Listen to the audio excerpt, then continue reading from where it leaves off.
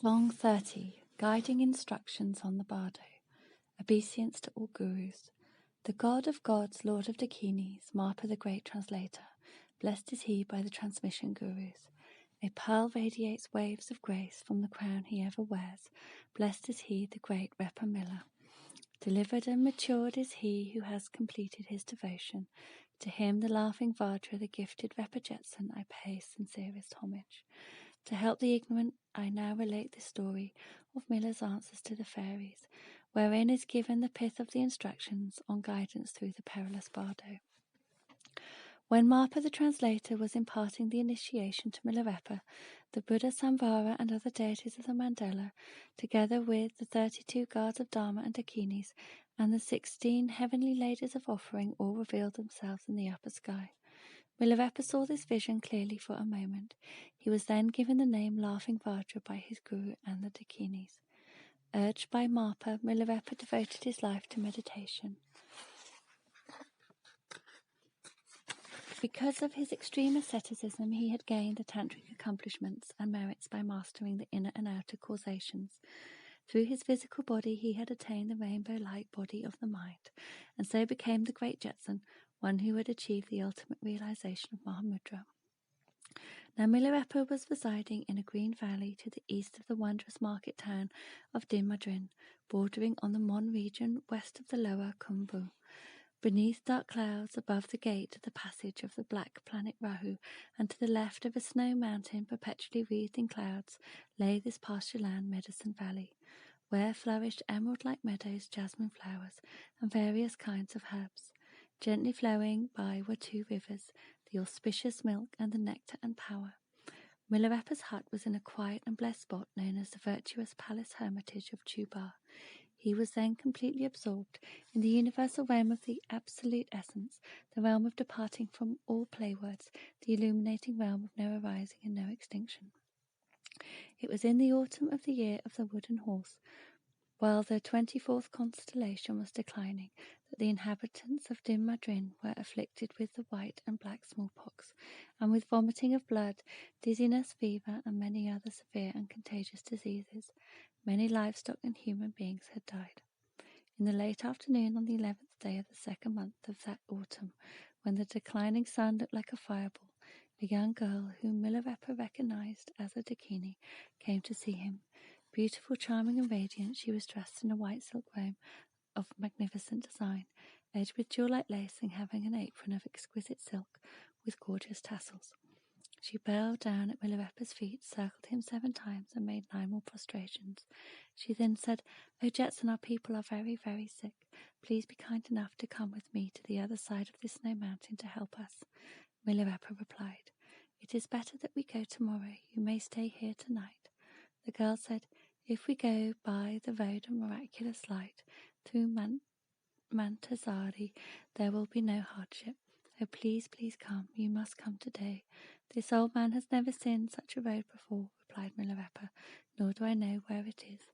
But because of your earnest request, I shall go with you. It is better if you go ahead and show me the way." The girl then produced a woolen blanket, and lifting it up towards the sky, said to the Jetson, "Let us ride on this blanket. It will carry us there at once." As soon as Milarepa stood upon the blanket, it rose in the air, and quick as lightning they reached their destination on the other side of Queen of the Azure Heights Snow Mountain. On the left slope stood a white silk tent with a golden covering. The ropes and pegs were inlaid with precious stones of magnificent quality. In this tent lay another beautiful girl wrapped in many bed coverings, and with a long tassel which almost reached the ground in her hair. Her eyes were flame-coloured as if she had had a fever. As the Jetson entered, she made an effort to lift her head up a little, crying, "I am very sick, please help me." Milarepa asked, "How did you catch this disease? How long have you been ill? What are your symptoms?" And the girl answered, "Last summer some shepherds came and lit a big fire near here. I was caught in the flaming smoke, which made me very sick at the time. Since last autumn I have not been feeling at all well, and today I feel extremely ill. Therefore I had to send for you. The vapours from our mouths have caused many people in this area to contract many diseases." Milarepa thought, "That's why so many people here have caught the pestilence. I cannot consent to cure her right away. First I must admonish her." Then he said, Fair lady, not long ago you came to me and took the Bodhisattva's vow, and also received the teachings of the patron Buddha. I preached to you at length on the virtues and karma, but instead of following my instructions, you have violated them all. You have never given the slightest consideration to your moral obligations and the precepts. You could not even endure such a slight discomfort as that caused by the shepherds, and in revenge you have spread the worst kind of pestilence among innocent people, causing them great suffering and misfortune. Since you have violated the precepts, you well deserve such punishment. In view of what you have done, I can no longer trust you. If you will immediately heal all the people in this area, I shall then see whether or not I can help you. If you do not promise to do so, I shall leave at once. Since you, the she-ghost, have broken your own oath and violated the precepts, you will surely be damned. Hearing this warning from the Jetson, the Dakini was very frightened, and immediately clutched Milarepa's feet and said, We are blind and wicked beings. Because of our ignorance, we have spread illness in this region. But please do not talk to us like this. As a rule, if the pure devas and spirits from the higher ranks do not afflict us, we will never attack them first.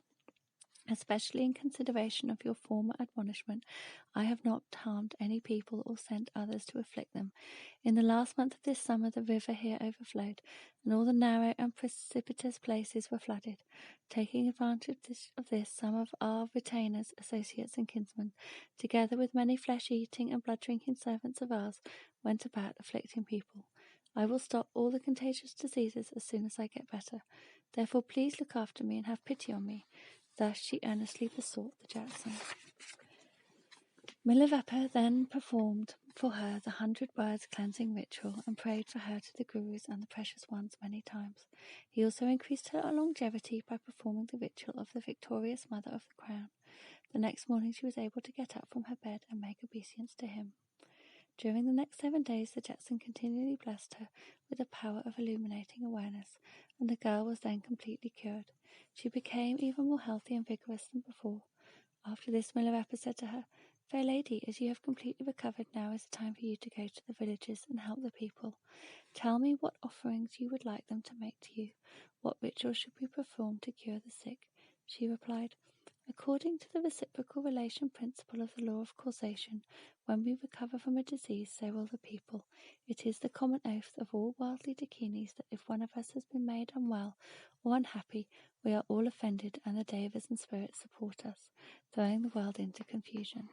Therefore, if one wants to convalesce quickly, he should recite the quintessential mantra of Buddha Sudor many times, read the profound Mahayana Sutras, perform the ritual of cleansing with vase water, mark a circle around the village and confine people in it, offer white and red oblations and huge tormas, deck the altars, dedicate the merits to all, and then make his wish. He who does all these things will soon be cured. Milarepa then went to Drin and said to the villagers, I have had indications from a dream that the pestilence now prevailing in this area was caused by local goddesses who were angry with you because you offended and injured them by the fires you kindled. In revenge they have spread the diseases. You should now perform suitable rituals and make various offerings. Thereupon the villagers all prayed to the Gurus, the Buddhas, and the guardians of Dharma, offering them many oblations and huge tormas, and dedicating these merits to the devas and spirits. Through the infallible power of these prayers and blessings, the pestilence completely disappeared within a short time. On the 29th day of that month, the 5 auspicious ladies of long life, together with many of their followers and local deities, came to visit the Jetson. They brought delicious food and excellent wine in jeweled beakers and offered them to Milarepa. After they had made obeisances to him and circled him many times, they stood in a row and said, It is you, the Jetson, who has saved our lives and cured our illnesses. You have been most gracious to us. Whereupon, with sweet voices, they sang, He who can foretell the fall of rain knows how to observe the sky. When one sees that dark clouds gather and the dragon thunders, he knows that the Dragon King will soon give rain. To nourish all sentient beings, when slowly the rain drizzles, it shows that moisture and heat are in balance on the earth. When the deafening thunder peals, it indicates the clashing conflict between heat and cold. Under the flying clouds stands a great snow mountain with 3 peaks. The central one is highest, a crown of crystal. is her head ornament. Starlight soft and glimmering surrounds her in the serene night. The rays of sun and moon gleam upon her. Beauteous and resplendent was she fashioned. There our noble castle stands. By the left slope of the snow mountain are the wondrous pastures of Medicine Valley. A canopy of rainbows ever hangs above it, reflecting beams of glowing light. Lovely are the herbs grown in the valley. Here dance and play the local gods. Here lies the land of crops and fruit, a garden full of lovely flowers. Your hut stands by the river bank, a place of great blessing where the great yogi Milarepa dwells. Through the merits of your previous lives you receive a precious human body. By sloth unhindered you meditate without diversion. Thus you have realized my nature, the unborn, and mastered the magic gestures. No obstacles and distractions can frighten you. Unshakable as a mountain, you are a yogi of stability. Having mastered prana to perfection, you have no need of clothing, exposing your body freely. By your grace and your devotions, many beings have been saved. At a time of defilement and distress, you came to the red-faced country of Tibet. You are the glory of the world, our shelter and our pride. The leader of the 4 dakinis continued to sing. On the 11th of this month I was hurt and sullied by smoke and fire. With great pain was my body racked. The unbearable torment tore at me. So I became most angry and malignant. Then I asked your help, and graciously you blessed me. Performing the ritual of cleansing, also you enlightened me on the mind essence which is beyond both life and death. Of a sudden I came to realize the truth like clouds that vanish in the sky. All my hurt was cleared away, my mind became fresh and alert, my body light as wool, so comfortable and well. The fevers left, health was restored, and my failing breath regained its strength. Thus the perils of death was overcome. Failing to complete their missions, the agents of death went back with shame. A great debt of gratitude I owe you, O great yogi. Though my birth is low and great my ignorance, my compassion small and inferior my mind, how can I forget he who saved my life? Till the end of it, I shall never forget this boon. Showing my deepest thanks, I now offer you my magic powers. With loyalty confirmed, I shall obey your teaching. From now until I win perfect Buddhahood, I will consort with you. By the power of this sincere wish, may I never leave you even for a second. As a shadow may I follow in your steps. Like the 5 first disciples of Gautama Buddha, may we be the first disciples in your pure land. When you reach perfect Buddhahood, may we be the first to drink of your nectar and become the children of Dharma. May we gather the clouds of the 4 actions and rain down heavenly waters to nourish ignorant beings. Thus, in making their pure wishes, the auspicious fair lady of long life led her 4 dakini sisters in singing this song. The Jetson thought, now these malicious goddesses have shown their gratitude to me for healing their sicknesses. If I give them the preliminary instructions of the arising and perfecting yoga, they may be able to practice them. Then he said, fair ladies, with great sincerity you have shown me your deep gratitude for the recovery of your health. Your words and attitudes seem to have met the requirements for tantric teaching. I intend to give you an instruction through which you may forever free yourselves from sufferings on the perilous path of samsara, but will you be able to practice it? Milarepa then sang them a song, the growth of joyfulness. Under the canopy of sunlight in the east towers a propitious peak of Mount Menla. Like the head of a crystal eagle, it reflects the glowing golden beams. The floating clouds are like a roof, and arched above it shines the rainbow. On the mountain's waist, the gem-like rocks are girdled in a dense fog. Is this not the great snow mountain, queen of the azure heights? Residing on it are not there 5 wondrous ladies in an enchanting voice? One has just sung divinely. Is she not the fair lady of long life, most sparkling and most glamorous? This time you are really frightened, for you have lost your pride. Your body was torn with agonizing pain, and your mind was full of grievances. Your breath was failing like a thinning mist, and your life was nearly at an end. All this was due to your past sinful deeds, a bitter retribution of the ripening karma. If from these sinful deeds you do not refrain into the great hell, you may fall perchance. There is more dreadful than any sickness. That you did not die is fortunate, praiseworthy that your seed of faith has grown. With great compassion have I blessed you through the great power of Tantra. Have I saved you from the hand of death. All despair and misfortune has turned to good and boon. In joy you thank me with deep gratitude, which in many others would be lacking. In a charming voice you have sung sweetly and with good meaning. Hearing it, I too feel glad and joyful. If you would follow my instruction, please listen and remember well. Painful is the path of samsara. Perilous and hard to cross are the 4 rivers. Dismal is the forest of 8 strivings. Hard to escape are the triple Bardo's dangers. To live under the constant threat of 4 devils is distressing, but here is a path of no fear, an escape from all miseries leading to the land of bliss eternal. I may not be superb, but my lineage is supreme.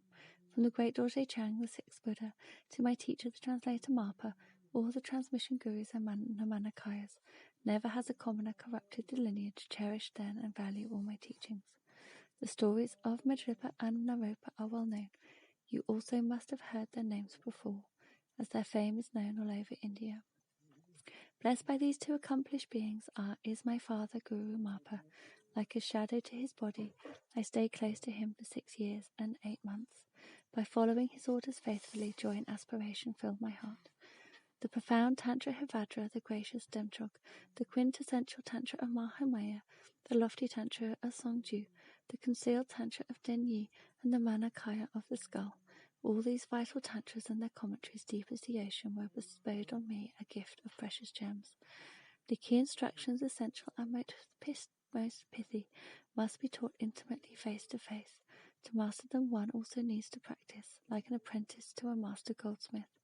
One must learn the art of melting and alloying gold and how to stoke the fire. The vital teachings of Tantra are also taught by word of mouth. Witnessed by Dakinis, I was given the pith instructions of the lineage. To my father Guru, I am forever grateful. To repay him, I practice meditation. By hard and steady work, I have mastered the 5 pranas. With confidence, I can perform the action of equality. No longer do I fear the pains of sickness, O my daughter disciples. If you also want to attain such joy, follow my words and footsteps. Now, enter the path, and you will soon be happy. The human body is beset with sickness, and trying to free one's mind from grief often leads to more distress.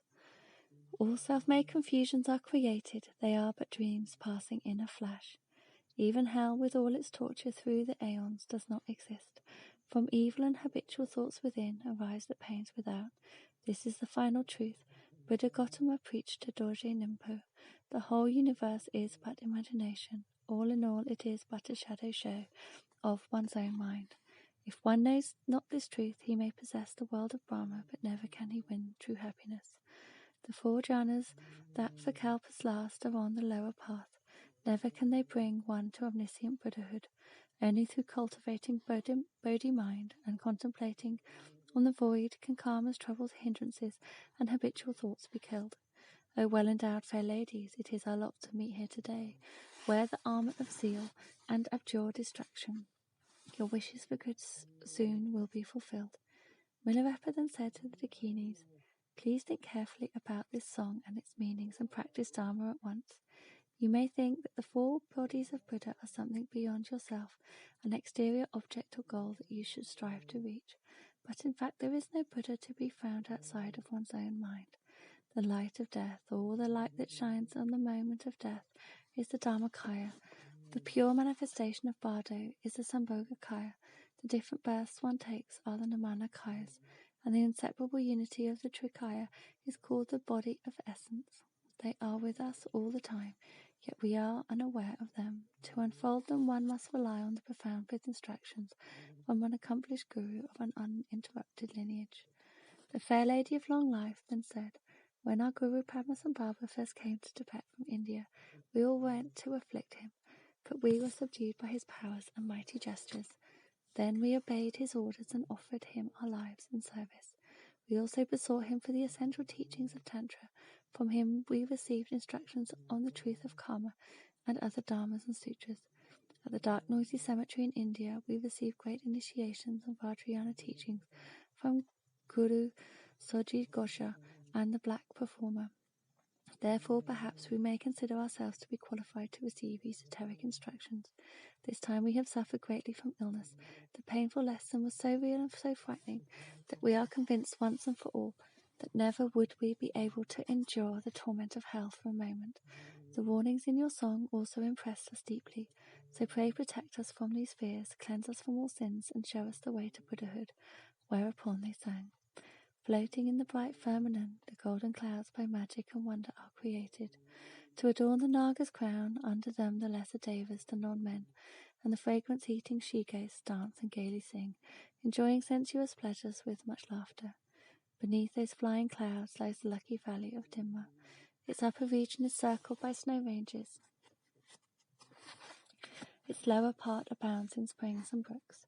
In the centre of this valley grows a luxuriant meadow, where devas sport and play. This brilliant medicine valley is the Naga's treasure house, filled with fruit and honey. This is where four-footed creatures thrive, a land of pastures quiet and delightful. Near the river bank is a hut, wherein a wondrous yogi dwells. By merely hearing of his name or seeing his splendid body, one's hindrances and sins are cleared. He works on miracles and mudras, having realized the omniscient mind. With mastership of Dharma essence, he preaches voidness with compassionate voice. To him all devas and spirits pray and give homage. Trust and reliance should one place in him. He is the son of Buddha, who grants us all our wishes. Driven by deep-rooted ignorance, we worldly magical dakinis wander in samsara from time without beginning. First we must take an earthly birth, we have no other choice. Then we think we can live for long, but suddenly we hear the call of death, and our hands are tied, we cannot escape. Dizzy are our heads, and dark our thoughts. Without freedom from death we must fade, and with us all our beauty and our splendor. When the living organs cease to function, the awesome play of Bardo must begin. Along the fearful Bardo path, wanderers confused and desolate are chased by merciless demons. They are torn apart by anxiety and fear. By sinful acts and habitual thoughts they are driven away. Then, regardless of their wishes, they are reborn in a strange and foreign land. In the rolling ocean of samsara we repeat the round of birth, old age, sickness, and of death. No one yet has rescued us from drowning. Today you have given us the raft of Bodhi mind on which we shall escape the witch land of desires and elude the dreadful monster of the deep. Riding the gale of wrong thoughts, we shall arrive safely in the happy land. From despair and weariness we shall revive with hope and guidance. Will our wishes be fulfilled? In samsara's dark and fearful woods, from ghostly beasts our passions. Seeing them in panic we do not tremble. In this dark and thorny forest we have lost our way. Pray show us the path and deliver us in safety, as the bright autumn moon illumines the great earth. Enlighten, pray, our ignorance, and grant us your guidance. In the dread Bardo path, perilous and inescapable, point out the dangerous traps. We have been enslaved by the devil's band and fettered in a dungeon by our axe. From this dread imprisonment we could not escape, but today we have met you, the Saviour Guru, whom none dare dispute. With your guidance and protection we will surely cross the road. Pray show us the way to Dharmakaya. Through recognizing the death light, pray show us the way to Sambhogakaya. Through recognizing Bardo's phantom forms, pray show us the way to Namanakaya, thus letting us incarnate at our will. Beyond the fearful realm of the three Bardos lies the pure land of no regression. Much have we heard of it, but we have never been there. O compassionate Guru, Saviour and merciful, pray guide us to it now. Pray answer the cry for help from those in despair and grief. Pray now reveal to them the full body of Buddhahood. Then they offered the Jetson a silver mirror, mandala decorated with a golden lotus and various gems. The Jetson said, "Since you have petitioned me so earnestly, I shall now bless you in the tradition of my lineage. Please prepare a sacramental feast for the occasion." That evening the 5 dakinis offered a mandala filled with 60 different kinds of food to the Jetson. He blessed and initiated them into the order of the inborn mother of the whispered lineage, and then sang a song in which he gave them the instruction for identifying the perilous Bardo with the Trikaya, by means by which one delivers himself forever from samsara to the pure land of great bliss. In the land of India, in the centre of this earth, there is a great monastery, Bidrama, called a monastery. A university is found therein, whence springs the fountain of all learning. There the professor of the northern school is the peerless Pandita, lion of men, a mighty champion, who has defeated every heretic. Is he not the great Milarepa, master of the 4 tantras, master of both the mundane and the ultimate accomplishment? The foremost son of this great Pandita is my father Guru, the translator Marpa, a man with strong will and perseverance, a man of great fame, thunder-like. He said, at the time of defilement, when declines the Buddha's teaching, lives will be short and merits poor. Evils and hindrances in myriad forms will overshadow all the world. Leisure and long life will become most rare. Knowledge will expound to a point. Too stupendous to comprehend, proofs and conclusions will be hard to reach. To understand the truth of Tantra will be most difficult. Therefore, my son, try nothing else, but work hard at the practice. Following this injunction, I abjure indolence and meditate with perseverance in my hermitage. Thus I have gained a few experiences. Destined fair ladies, now listen with attention. Along the path of the three existences, there is no end of wandering in samsara. Know then that the 6 dharmas of Bardo are the root of all. The following parables will explain the teaching of Bardo. 3 travelling merchants on a long journey, when in a perilous place, sent out for help. When they saw their guides return with native welcomers, they were overwhelmed with joy. Without reliable guides, they would have lost their way and fallen into the hands of the enemy. If merchants go abroad without these 3 good guides, fear and misgivings fill their minds. By false prophecies and revelations, 3 devils lead them to a bandit's ambush. Thus wanderers in the dark, Sidpa Bardo will freeze and burn for 9 and 40 days, driven by the force of karma to samsara's prison to return. If from this prison you would escape, you should contemplate the oneness of the samsara nirvana Bardo, and meditate on the root principle, truth absolute, the Mahamudra. The Bardo in birth and death is a good ground on which to drill the illuminating mind. Upon it one should practice the arising and perfecting yogas. The essence of the Bardo of the path is that of innate wisdom. The whispered lineage will unfold it. The Bardo of dream and sleep is best, to convert habitual thinking into wisdom. Within it one should practice the yogas of light and of the phantom body. At the end of the Sidpa Bardo, the 3 bodies of Buddha will appear. This is the time to enter the 3 pure lands. If in Bardo one fails to realize Trikaya, and time elapses till the incarnation Bardo comes, by his faith and purity he can still be born in a land of fortune, his body well endowed with leisure, because the law of causation never fails to bring what one deserves. By waking from past karma and perfecting meditation, he will gain liberation soon. To you 5 wondrous maidens, who ask with sincerity and faith, is given this important Bardo teaching. Even if the Jetson Marpa should himself come here, he could give you no instruction more profound than this. The 5 Dakinis then prostrated themselves before the Jetson and circumambulated him 7 times. They offered him a mandala made of precious stones, praised his body, word, mind, and merits, and finally made him the supreme bliss-void offering of the wisdom of 4 blisses produced through the ecstasy of union. Then they said, "Your instructions on the Bardo are clear and comprehensive.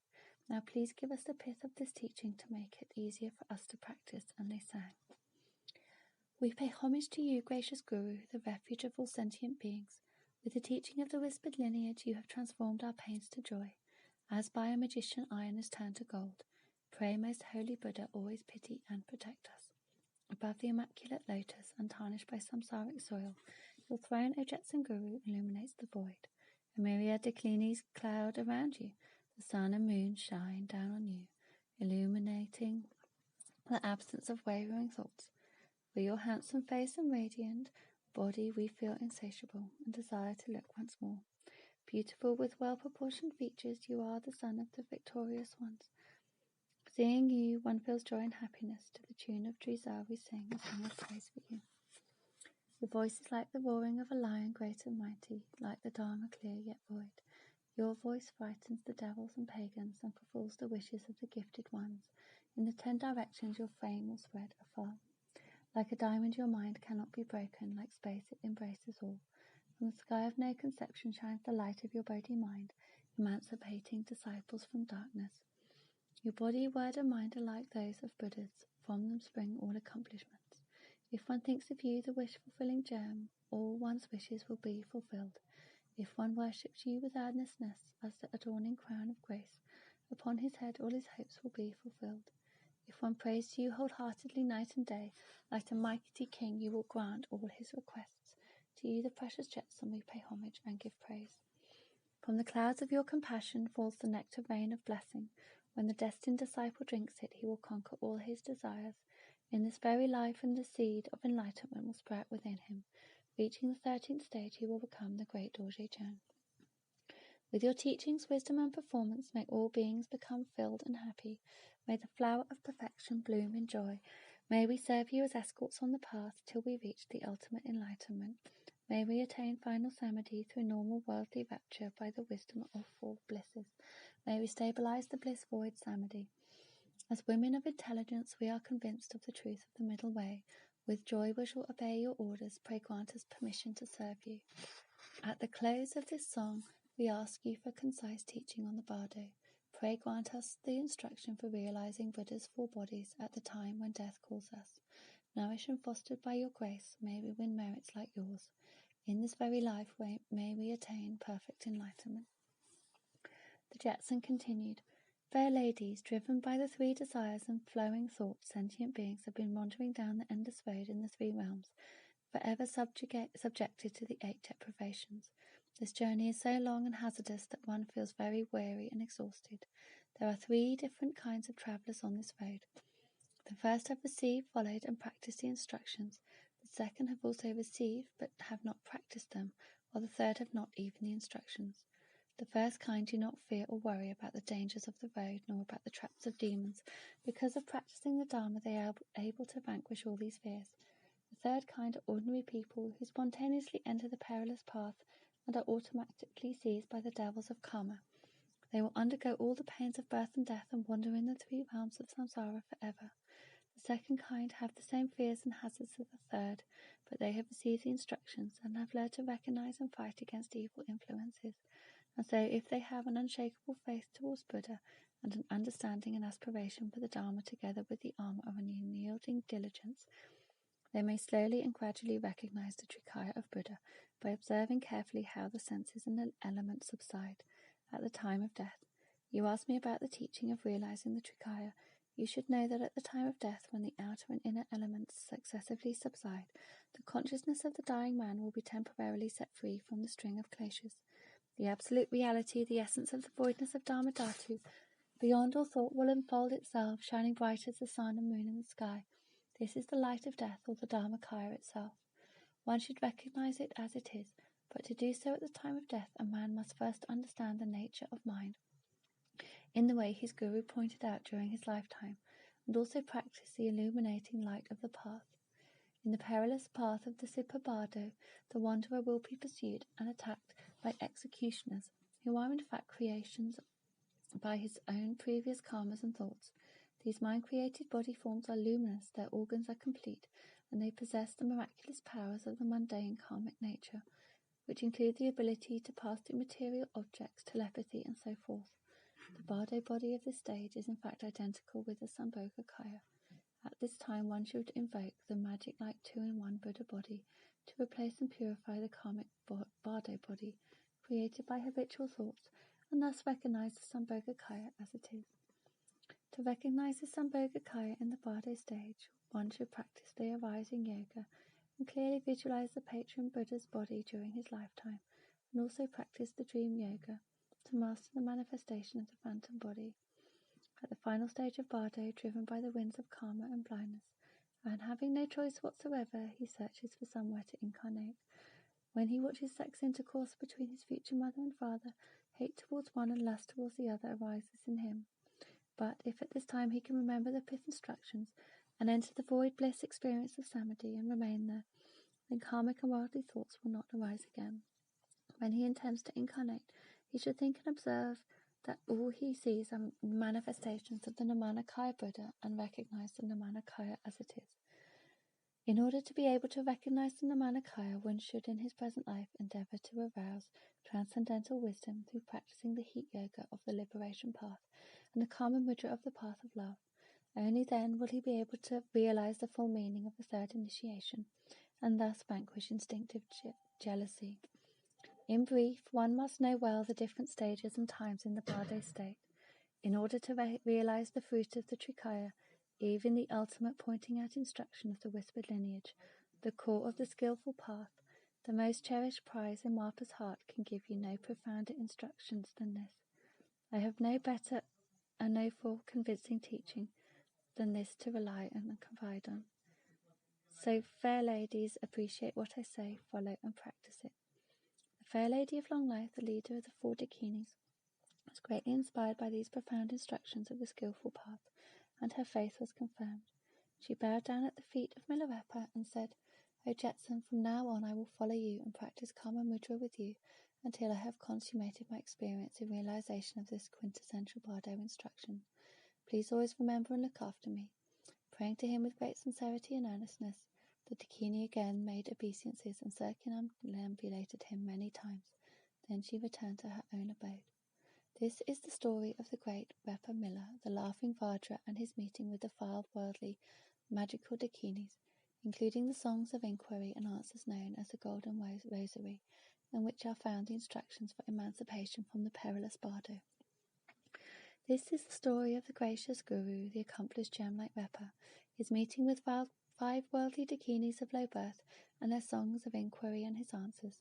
It is written with garlanded words, as a song contained the profound hidden teachings of the Dogyal. I have not added to this story for fear of losing and forgetting it, but for the benefit of disciples in the future, and to inspire their joy, I have written this tale in my Guru's words. 3 times did I seek my Guru's permission to write this book. He smiled at me, but did not grant it. Until the 3rd time I dare not violate the rules, because the Dakinis are most severe and strict. My Guru says this story should be told only to great yogis in the future, as a reference for their devotions, but from others it must be secret kept.